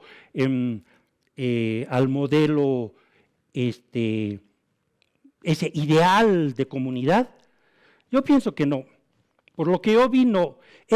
Ellos son en potencia y son capitalistas. Aquí quiero ser claro. Una persona capitalista no confundan con el consumismo, que el Cristiano Ronaldo o que el Messi se tiren la plata en no sé qué, o que las modelos se compren autos de lujo y demás. Eso no es capitalismo. Capitalista es esa persona que ahorra. Eso es su plan fundamental. Y luego invierte en función a procesos, a proyectos productivos. Entonces, eso es. Y entonces, ¿qué es el capitalismo? Es una contabilidad. Y están sumidos al mercado. Entonces, esa es la primera distinción. Entonces, yo quiero romper aquí lo que se ha estado hablando en estas RAE y en todos los ámbitos, y voy a retornar a Guattari, cuando nos da una definición bien interesante. Guattari, si bien tenía formación marxista y todo, pero rompió con el marxismo, y él fue, cuando llegó a Brasil, cuando Lula estaba iniciando su campaña, él presenció a Lula y dejó este concepto. Los conceptos de cultura y de identidad cultural son profundamente reaccionarios. Cada vez que los utilizamos, propagamos sin percibirlo modos de representación de la subjetividad que los reifican y que con esto no nos permiten dar cuenta de su carácter compuesto, elaborado y fabricado. Quiero hacer aquí y hablar en términos de este museo cuando hablamos de reificación. La reificación es volver al indio en objeto de museo, congelado en el tiempo. Un tipo que hace sus rituales, que baila la lluvia y no sé qué latas, ¿no?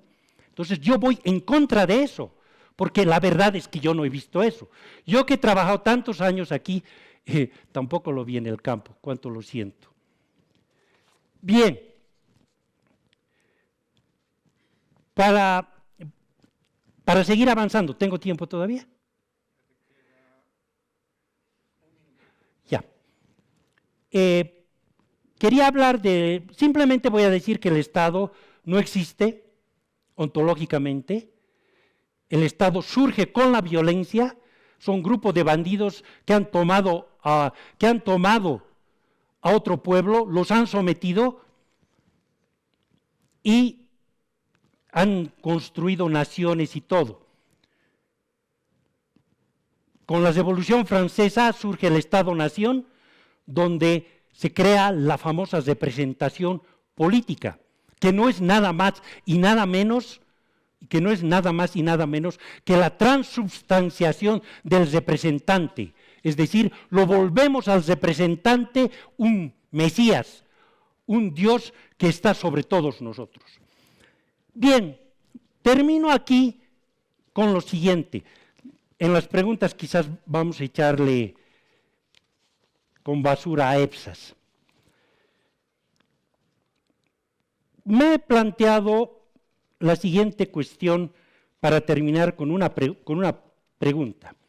Las argumentaciones sobre las deficiencias del mercado se centran en la discrepancia entre los costos marginales privados y sociales. Esta propuesta de Piaget, que es un economista inglés y es precursor del movimiento ecologista y de la economía del bienestar, y es defensor y fue defensor del intervencionismo del Estado. Ronald Coase critica el enfoque pigoniano, argumentando que el problema del costo social, los derechos de propiedad y los costos de transacción deben ser considerados en el análisis de los procesos de mercado, que son el resultado de la cooperación espontánea que ocurre continuamente en toda sociedad. Por lo tanto, se debe considerar el papel del Estado en el sistema de mercado y cómo éste puede distorsionarlo. Además, el modelo propuesto por Piaget adolece de evidencia empírica, ya que cualquier forma de intervención estatal es incapaz de realizar un cálculo económico, dejando las decisiones en manos de un grupo reducido de burócratas con información limitada y en favor de los grupos intereses o los grupos de presión del gobierno de turno. Entonces, la pregunta que guiará esta investigación en el futuro es la siguiente. El problema ambiental específico del agua frente a las corrientes ideológicas que culpan de todos los males al mercado, ¿no será que la intervención estatal, en lugar de proteger, ha agudizado la problemática? Muchas gracias.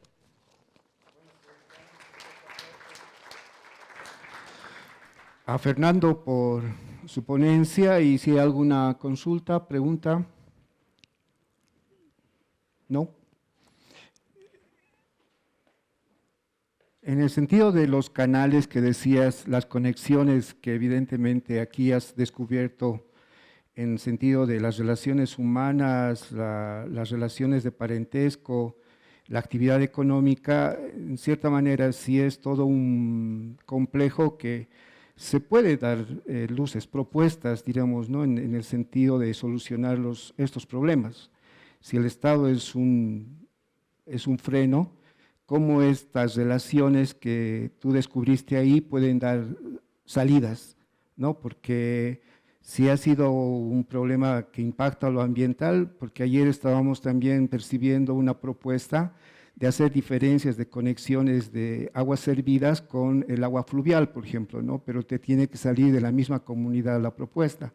Entonces, es una buena experiencia que saca estos elementos y pues te agradecemos por ese aporte, Fernando, y pues con esa pregunta para la próxima creo que nos va a traer un poco más de solución a esta rígida tensión que mostraste en tu zona.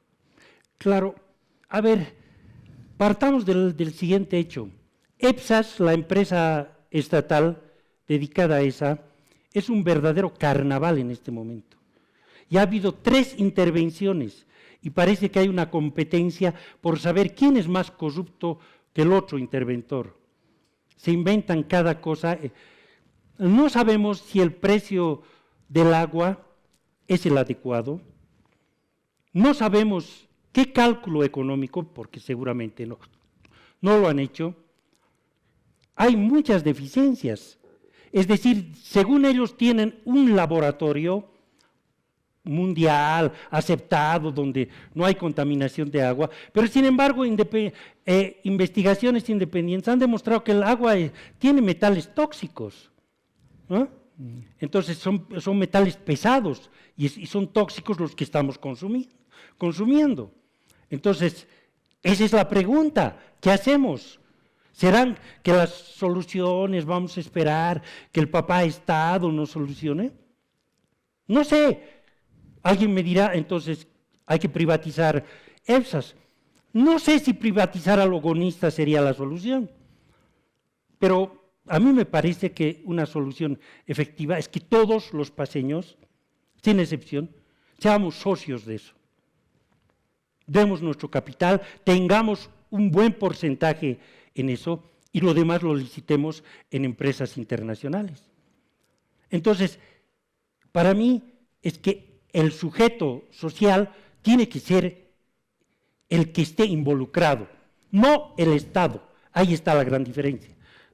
No el Estado, llámese socialismo, fascismo, neoliberalismo, nacionalismo. Ninguna forma de estas políticas nos van a solucionar y no nos han solucionado el problema. Aquí lo importante es que la gente, nosotros, seamos propietarios de algo que sí lo consumimos y que se puede hacer. Hay que ver la función legal y demás, que los abogados tendrían que hacerlo, pero eso tendríamos que hacer, para mí. Entonces, no se trata de privatizar a Logonista, ¿no? Eso es todo. Bueno, muchas gracias, Fernando. Un fuerte aplauso. René Marcel Mortán Flores es egresado de la carrera de Antropología de la Universidad Mayor de San Andrés, técnico en EPSAS para temas de reclamos y consumo e investigador acreditado para el programa de jóvenes investigadores del Museo Nacional de Etnografía y Folclore. René nos dará la temática expositiva, gestión y uso del agua antes y después de la crisis del 2016 en la ciudad de La Paz. Muchas gracias, René, por venir y tiene la palabra. Muy buenas tardes a todos. Muchas gracias por estar acá. Bueno, después de todas las exposiciones, creo que espero ser algo mucho más aclarador y no llenar de susto a nadie, ¿no? Quiero empezar haciendo una mención sobre Marcel Mauss en su obra Ensayo sobre el don y el hecho social, en el que propone la idea de que ciertos fenómenos no pueden ser comprendidos de manera aislada, sino que deben ser analizados en su totalidad, considerando sus dimensiones sociales, culturales, económicas y simbólicas, esto en relación al agua, ¿no? El contexto de la investigación parte netamente en entender el proceso que nos llevó hace ya 8 años al evento de la crisis del agua, ¿no? Se entiende que existe un proceso en el que hay una sequía ya aproximadamente de 17 años. Creo escuché en anteriores ponencias sobre la relación de los ríos y cómo estos habían sido ocultos, ¿no? Habían sido tapados. La Paz está sentada sobre alrededor de 350 ríos. En el momento de la crisis nos descontextualiza totalmente, ¿no? En un momento en el que estábamos acostumbrados a seguramente abrir el grifo de la pila y obtener el servicio de agua de manera normal, nos lleva a un momento en el que de repente no existe el servicio, ¿no? Hay una ruptura, me imagino, entre el agua cruda y bueno, el agua que recibimos, el agua potable, ¿no? Como ya les había comentado, el planteamiento del problema se basa netamente en antes de la crisis, durante la crisis, después de la crisis. La pregunta de investigación está relacionada en cuanto a cuáles las propuestas que existen desde los habitantes y el gobierno para prevenir a futuro el desabastecimiento de agua o futuros desabastecimientos de agua. La Paz, básicamente, hasta el momento de la crisis,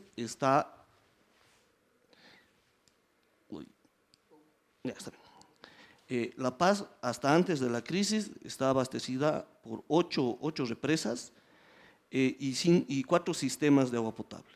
Las que abastecen básicamente a La Paz y que son el centro de investigación son el sistema Pampajasi, pero bueno, se toma como relevante el sistema Achachicala, que se abastece del sistema, bueno, de la cuenca de Milluni.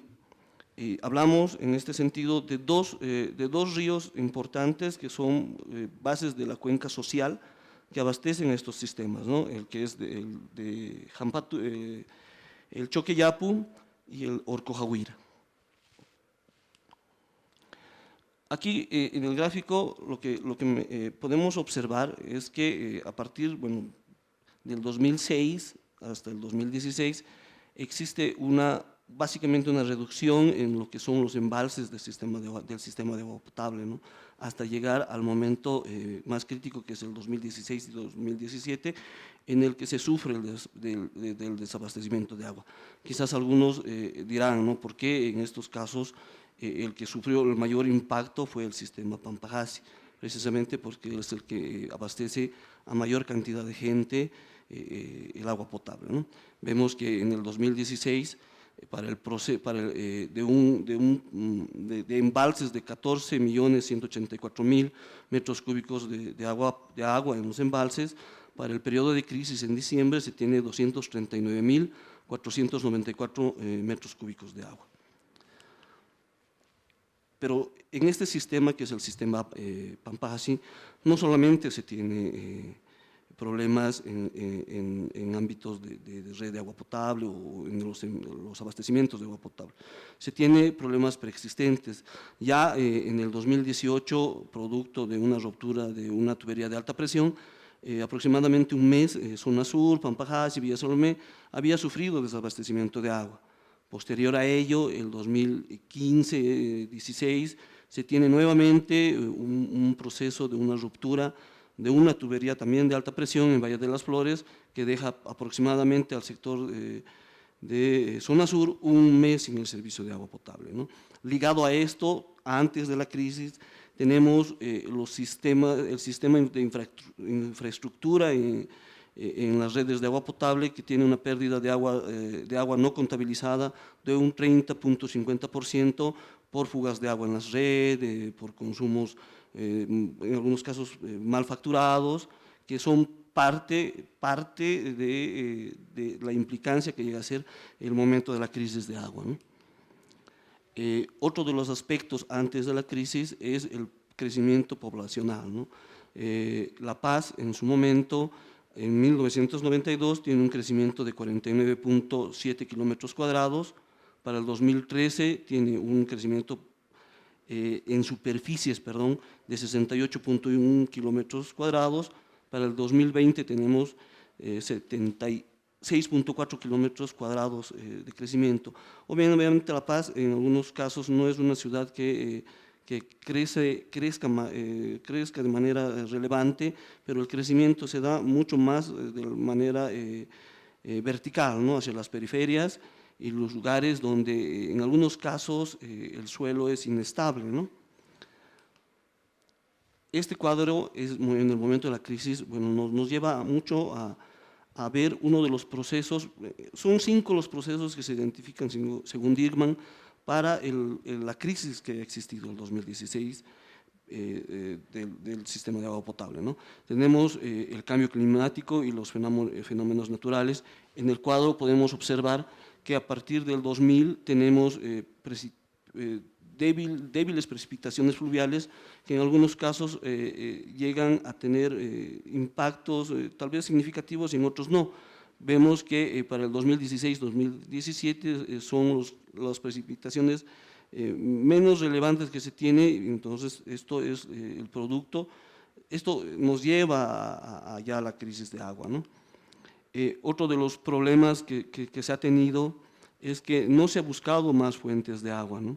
Hasta ese momento el sistema Pampajasi estaba abastecido nada más por 4 represas, y estas 4 represas en su momento más álgido no pudo soportar la presión. Bueno, era un periodo en el que bueno, era un punto de quiebre, ¿no? En el que todo parecía coincidir para que bueno, se tenga esta crisis.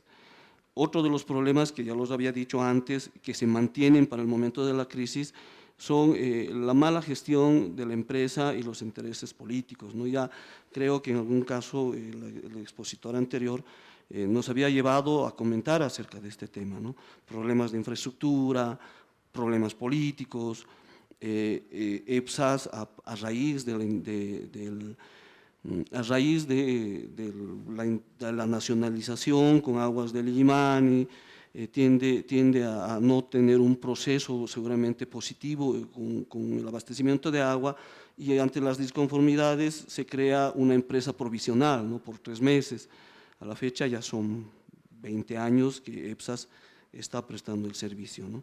Esos son algunos de los aspectos que inciden en el que el tema de crisis sea algo que está constante, ¿no? Que es algo constante cuando hablamos de tema de agua. Otro de los impactos ha sido que no han existido megaproyectos, ¿no? Tenemos solamente una planta residual en Puchucoyo que se encarga de las aguas hervidas, pero en La Paz no se ha seguido los mismos procesos. No ha existido una adecuada cultura ciudadana de ahorro del agua, por eso les decía que este es un problema muy integral, ¿no? En temas de conciencia de agua, en temas de lavados de auto, en un auto podemos desperdiciar hasta 6 turriles de agua, ¿no? 600 litros de agua. Y en tema de políticas no hay una política clara que establezca un límite para estas acciones. En el momento de la crisis, la empresa no estaba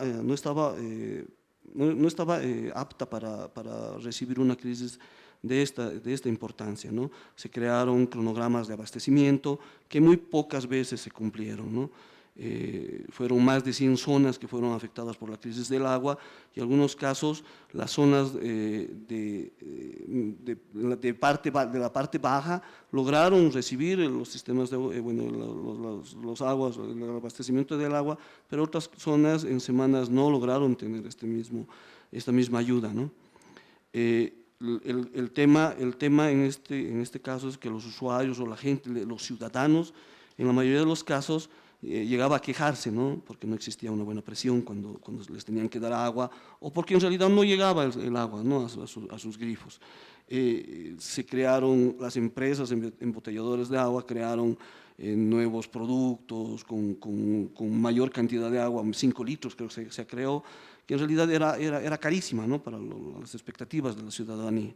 En algunos casos, ya les dije, no se cumplieron los cronogramas, y si se cumplían los cronogramas se daban a horas inadecuadas en el que la gente ya no esperaba el servicio, no esperaba que llegara a ese punto. El gobierno, en su afán, en el punto importante, creó el gabinete de agua. Recordemos que con Evo Morales estaba la política del vivir bien.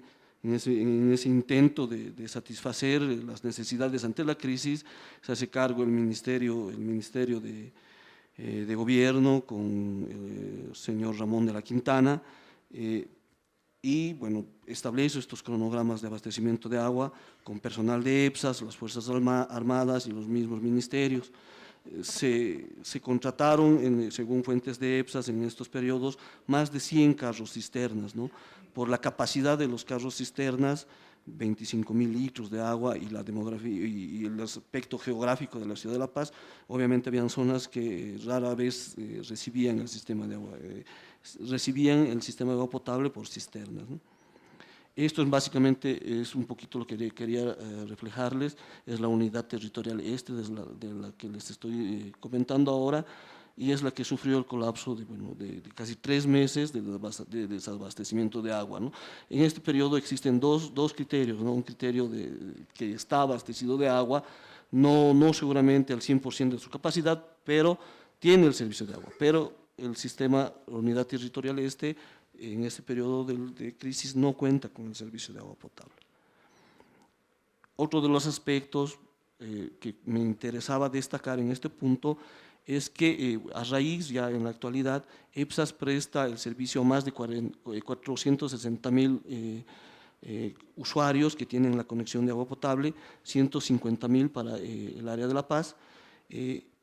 Me imagino que en el tema de subsidio a ciertos productos, EPSAS también por política del gobierno está incidida a prestar este subsidio, ¿no? Existe una tarifa solidaria en La Paz que netamente ayuda a 85.329 usuarios, que es el 58%.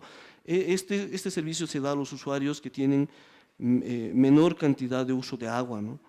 Y en este sentido, bueno, escuchaba al caballero antes que exponía esta situación, esta tarifa es de 1,78. Obviamente el servicio sí es precario, pero en este afán y esta tarifa solidaria subsidiaria afecta netamente a la inversión pública dentro de la empresa, ¿no? En el tema se realizó un muestreo sobre 3.340 habitantes sobre la visión que tienen acerca de EPSAS y del agua potable. Obviamente, la mayor cantidad de la gente tiene una percepción negativa del servicio de agua, reclama consumos elevados, cortes injustificados, errores de lectura. En realidad, esta visión iba más implicada a ver el tema de cómo se podía ver el agua potable, ¿no? Si se ve el agua potable como un recurso, como un recurso no comercial, ¿no? Y en estos casos, en la ciudad de La Paz es muy poca la percepción del agua como un ente espiritual, un ente no comercial en este caso, ¿no? En el tema del marco legal, es cierto, ¿no? Las políticas gubernamentales inciden en que se debe privilegiar el acceso al agua, ¿no?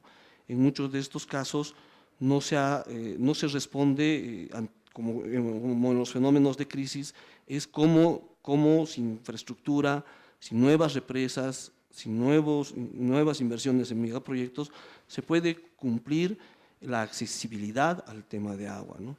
El tema de agua en algunos casos también viene relacionado al tema de ciudadanía, ¿no? En algunos casos el usuario en la ciudad de La Paz que no cuente con un folio real o no cuente con una minuta de compra, no demuestre el derecho prioritario, no puede tener el acceso universal al servicio de agua potable. En este caso yo quería hacer referencia a que el 2023 hubo un periodo también de sequía. Hubo un periodo en el que La Paz casi ha sufrido embates del calentamiento global y efectos del Niño. En este sentido, bueno, se han asumido políticas. Hay dos nuevas represas que abastecen el servicio de agua potable, la adopción de Alpacoma a Estrellani y la ampliación de las represas de Jampaturi Alto, que han provocado que el desabastecimiento de agua a estas alturas no sea significativa como la crisis del 2016. En el tema del 2024, seguramente lo que llama la atención es que a pesar de que de 4 represas ya son 5 las que están abasteciendo del servicio de agua potable, el consumo es el mismo, ¿no? No ha reducido a pesar del crecimiento en infraestructura. Obviamente, ¿no? Este problema es integral. Viene del gobierno, también viene de la ciudadanía y de políticas que puedan establecer el acompañamiento a mayores inversiones y a ahorrar el sistema, o ahorrar el agua, ¿no? Eso sería todo.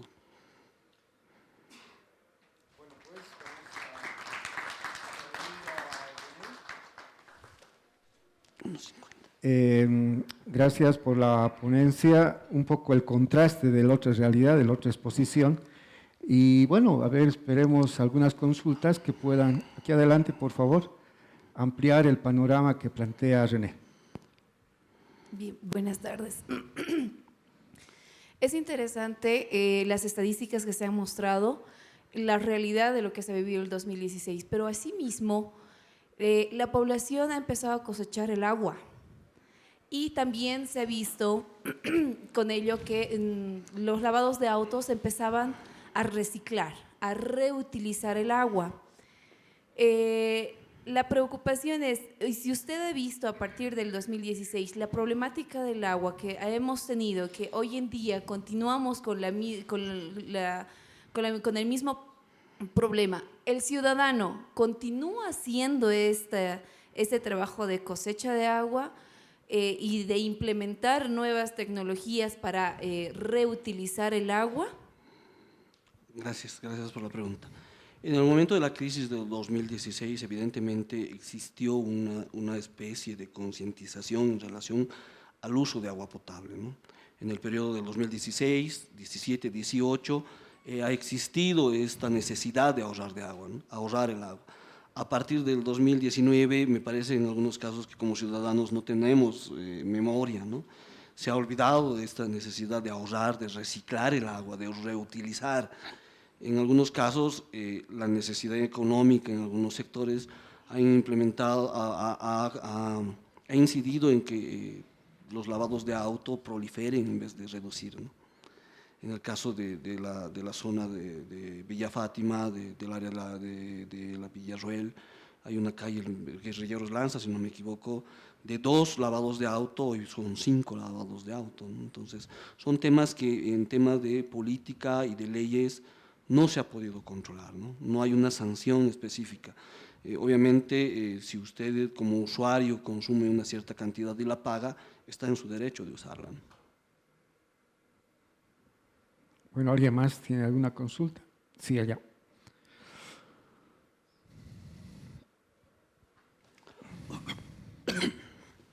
Muchas gracias al señor expositor.